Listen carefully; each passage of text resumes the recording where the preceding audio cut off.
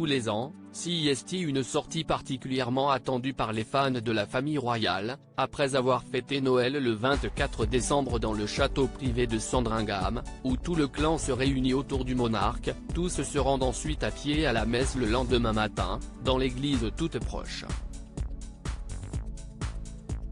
Et comme à chaque fois, les looks choisis ont été particulièrement scrutés, notamment celui de Kate Middleton, sur qui tous les regards étaient braqués.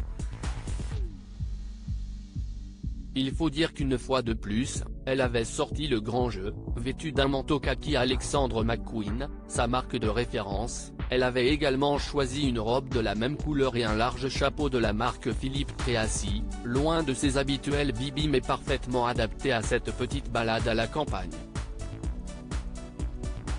Pour compléter son look, la quadragénaire, nouvelle princesse de Galles, avait également choisi des bottes en velours marron signées d'une autre marque fétiche, Gianvito Rossi, et des gants de cuir.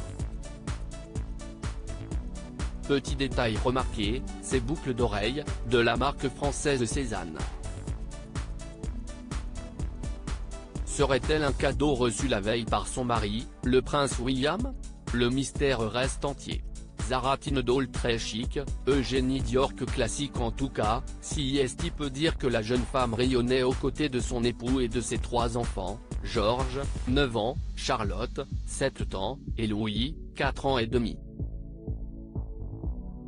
Un cadet qui se pliait d'ailleurs pour la première fois à l'exercice.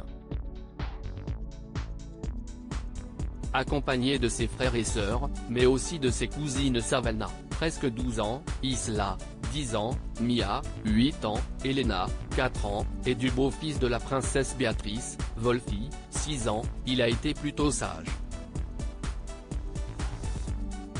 Mais n'a pu s'empêcher de se faire remarquer en courant après sa sœur. Dans les autres looks marquants de la famille royale, difficile de ne pas citer celui de Zara Tindall, la fille de la princesse Anne, qui avait choisi un long manteau gris LK et des escarpins très chics. Arrivée au bras de son mari Mike, elle en est repartie en pleine discussion avec le roi Charles. Les princesses Béatrice et Eugénie Dior avaient quant à elles choisi du classique, l'aînée portait une veste couleur olive au col en fourrure et la cadette un très long manteau à carreaux de la marque italienne Max Mara.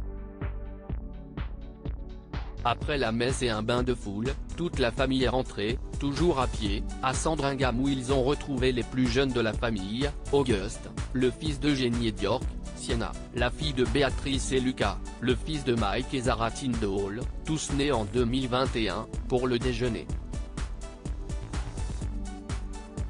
Mais également Sarah Ferguson, l'ex-femme du prince Andrew, qui avait été invitée pour la première fois depuis 30 ans à partager les fêtes de fin d'année avec la famille royale.